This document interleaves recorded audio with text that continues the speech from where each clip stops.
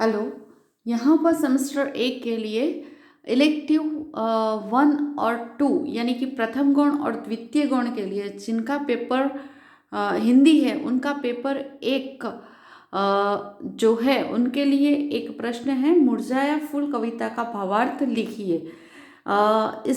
इसमें हम देखेंगे प्रस्तावना और भावार्थ।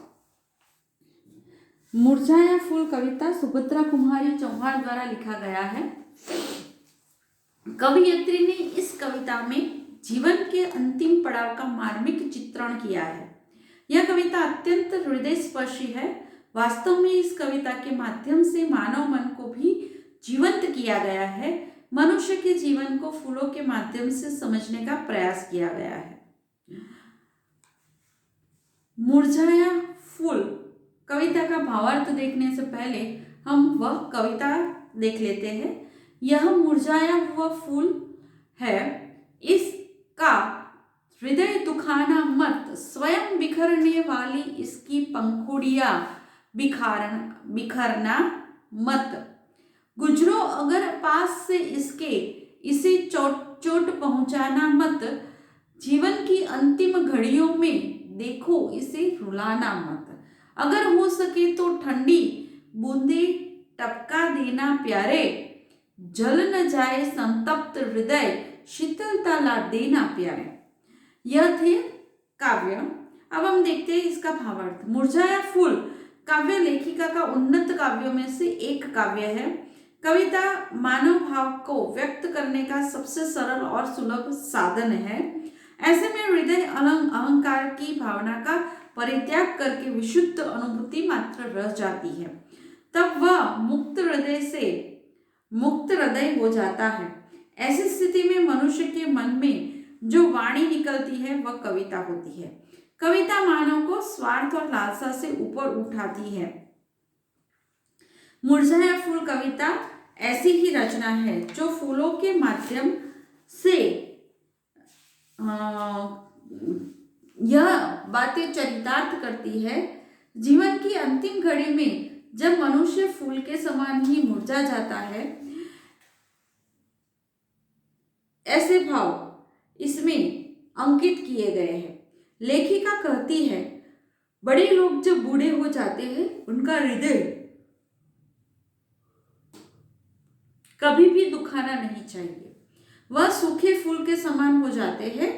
ऐसा जीवन जो तनिक से हवा मात्र से बिखर सकता है उसे बिखराने का प्रयास न करे। मनुष्य की तुलना फूले से की गई है ताकि पाठक कविता के भावार्थ को आसानी से समझ पाए। बड़े बूढ़े जन फूल के समान हो जाते हैं तो उसे भावनात्मक सहारे की जरूरत होती है, सम्मान और प्रेम की जरूरत होती है। वैसी स्थिति में मनुष्य को उनका ख्याल रखना चाहिए। मनुष्य का जीवन चक्र जब ऐसे पड़ाव पर आ जाता है जहां कब उसकी लीला समाप्त हो जाए वह कोई नहीं जानता। फूल जब खिलता है तब अच्छा लगता है, लोगों को इसकी जरूरत होती है, परंतु मुरझाने पर इसकी जरूरत समाप्त हो जाती है। मनुष्य जीवन भी ऐसा ही है। लेखिका कहती है, जो बड़े माता पिता बच्चे को जन्म देते हैं, उनका पालन पोषण करते हैं, वे एक दिन जीवन की अंतिम चरण में पहुंच जाते हैं। फूलों की स्थिति भी ऐसी ही होती है। दरअसल फूलों के माध्यम से मनुष्य की स्थिति को यहाँ कवयित्री ने समझाने का प्रयत्न किया है। कविता की मार्मिकता इन्हीं मानसिकता के इर्द गिर्द घूमती रहती है। लेखिका मानव मूल्यों को लेकर निष्पक्ष है। वह संपूर्ण जीवन का अवलोकन अपनी कविता में करती है। प्रारंभ से ही लेखिका का जुड़ाव भावपरक चीजों से करता है। यहाँ पर उन्होंने बताया है कि मानव जीवन की तुलना फूल से की है। यह मुरझाया हुआ फूल है, इसका हृदय दुखाना मत, स्वयं निखरने वाली इसकी पंखुड़ियां निखराना मत।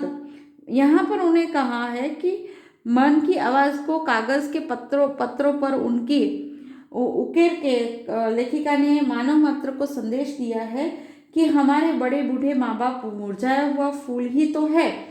एक समय में अपने पूरे परिवार का पालन पोषण करते थे, लेकिन जब ये जीवन के अंतिम पड़ाव पर आते हैं तो उनका मन कभी भी नहीं दुखाना चाहिए, बल्कि उनकी देखभाल करनी चाहिए, वैसे ही जैसे कि उन्होंने हमारी की थी। यह युवा पीढ़ी को वे संदेश देती है, नए लोगों को यह बताती है कि अपने से बड़ों के प्रति सम्मान का भाव होना चाहिए। ऐसी अवस्था सबकी एक दिन आती है, इसलिए हमेशा यह आवश्यक होता है कि अपने बुजुर्ग के प्रति सकारात्मक भाव रखें। मुरझाया हुआ फूल के माध्यम से लेखिका पाठकों को यह बताने का प्रयास करती है कि व्यक्ति को विनम्र रहना चाहिए तथा संवेदना का भाव हमेशा जीवंत रखना चाहिए। फूल जब मुरझा जाता है तो उसे तोड़ने की जरूरत नहीं पड़ती, वह स्वतः पत्ती पत्ती अलग हो जाता है। आगे लेखिका कहती है कि गुजरो अगर पास से इसे चोट पहुंचाना मत, जीवन की अंतिम घड़ियों में देखो इसे रुलाना मत। यहाँ पर उन्होंने कहा है कि जीवन के अंतिम पड़ाव में जब कभी भी आप उनके पास पहुँचे तो उनके साथ ऐसा व्यवहार नहीं करना चाहिए कि जिससे वे उनके हृदय में चोट पहुँचे और वे दुखी हो जाए। उनके साथ विनम्र रहना चाहिए। मनुष्य का जीवन कभी न कभी अंतिम पड़ाव पर आकर स्थिर हो जाता है। ठीक उसी प्रकार जिस तरह फूल खिलकर बाद में उसका स्वरूप मुरझा जाता है, मनुष्य जीवन भी ऐसा ही है। युवावस्था में उसका जीवन खिलता है, महकता है। बाद में युवा अवस्था से निकलकर वह जीवन के अंतिम पड़ाव में पहुंचता है तो वह मुरझा जाता है। व्यक्ति का अंतिम पड़ाव मुरझाया हुआ ही होता है। लेखिका कहती है कि कभी भी ऐसे समय में व्यक्ति को रुलाना नहीं चाहिए, उससे पीड़ा देनी नहीं चाहिए। इसके आसपास आप जब भी रहो उससे प्रेम पूर्वक बातें करनी चाहिए। वैसे उसे प्यार करो जैसे तुम्हें वे बचपन में प्यार किया करते थे। उसे कभी भी किसी भी चीज़ की कमी महसूस नहीं होने देनी चाहिए। उसकी आंखों में कभी भी आंसू नहीं आने देने चाहिए। अगर हो सके तो ठंडी बूंदे टपका देना प्यारे, जल न जाए संतप्त हृदय, शीतलता ला देना प्यारे। कवियत्री यहाँ पर कहती है कि यदि आपसे हो सके तो उनके ऊपर ठंडी बूंदे टपका देना, यानी कि उनके साथ अच्छी सी दो चार बातें कर लेना, उनको खुशी मिले ऐसे कार्य कर लेना जिससे वे अपने जीवन के अंतिम पड़ाव में भी खुश रह सके, सुख पा सके। जल न जाए संतप्त हृदय, शीतलता ला देना प्यारे। यहाँ वे कहती है कि उनके साथ ऐसा व्यवहार मत करो जिससे वे जल जाए। उनका संतप्त हृदय, जो दुखी हृदय है वह अधिक दुखी हो जाए और अंदर ही अंदर वे जलने लगे, ऐसा यानी कि उनको दुख पीड़ा मत दो, मगर उनके साथ ऐसा व्यवहार करो, उनके साथ ऐसी बातें करो जिससे कि उन्हें अच्छा लगे और वे सुख प्राप्त कर सके। और इसी तरह इसमें उन्होंने मनुष्य जीवन के अंतिम पड़ाव के लिए इस काव्य में चर्चा की है।